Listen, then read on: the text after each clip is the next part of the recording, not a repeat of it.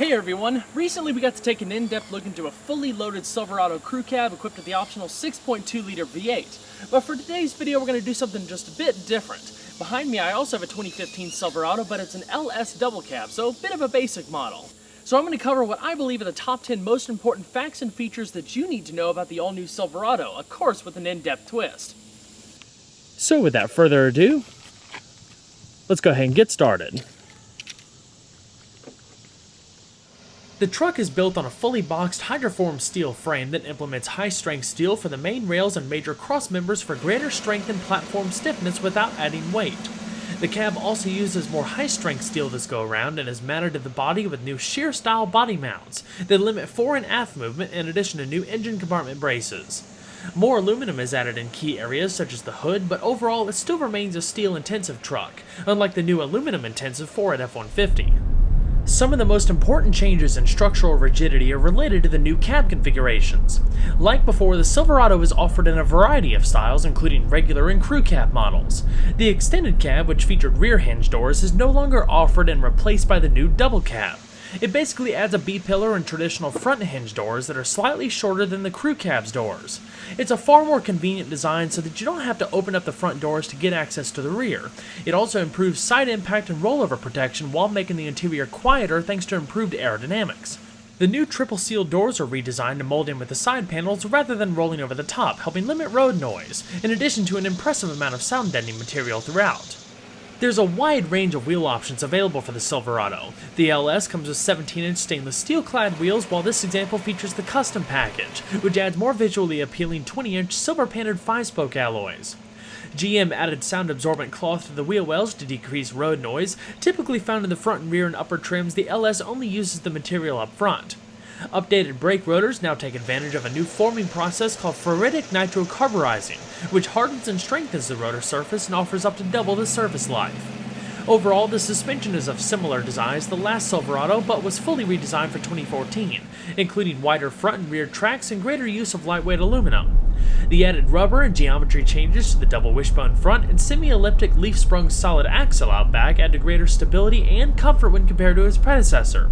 A variety of axle sizes and ratios are available alongside the Max Trailering Group and Z71 off-road package.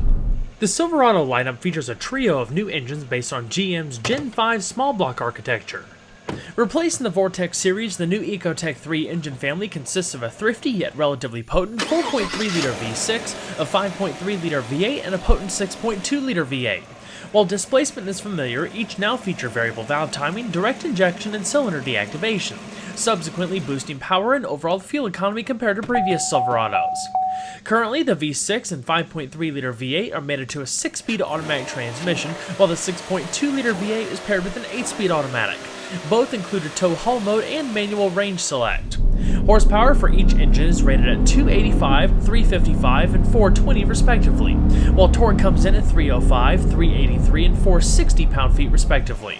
Fuel economy varies based on configuration. Our double cab, two-wheel drive, 5.3-liter tester is rated between 16 miles to a gallon in the city and 23 on the highway.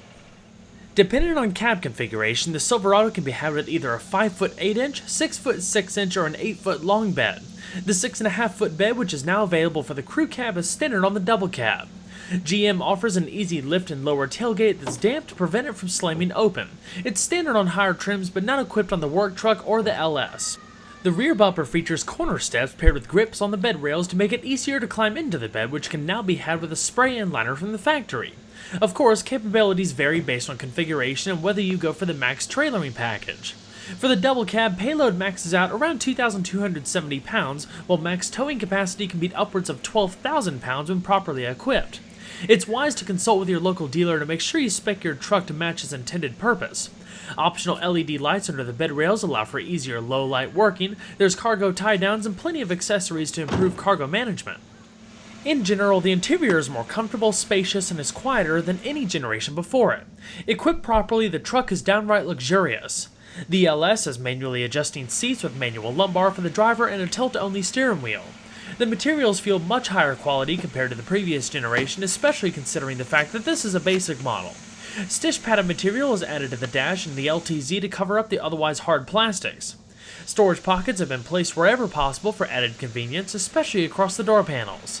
A bench seat is standard on the work truck, LS, and LT, the latter of which offers bucket seats as an option, which are standard on the LTZ. The ergonomics are quite good across the lineup, with the LS featuring a more simple layout. A 4.2-inch version of Chevrolet's MyLink infotainment system is standard along with hands-free Bluetooth telephone. Navigation and the larger 8-inch screen is available in upper trim levels. There aren't any steering wheel controls in the LS aside from cruise control, but everything including the climate controls is within relatively easy reach.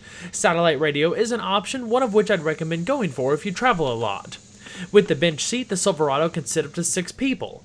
Fold down the console and you have extra storage and cup holders. Within, there's power outlets and USB ports. Additional storage can be found in the middle of the dash, in addition to a large 2-tier glove box.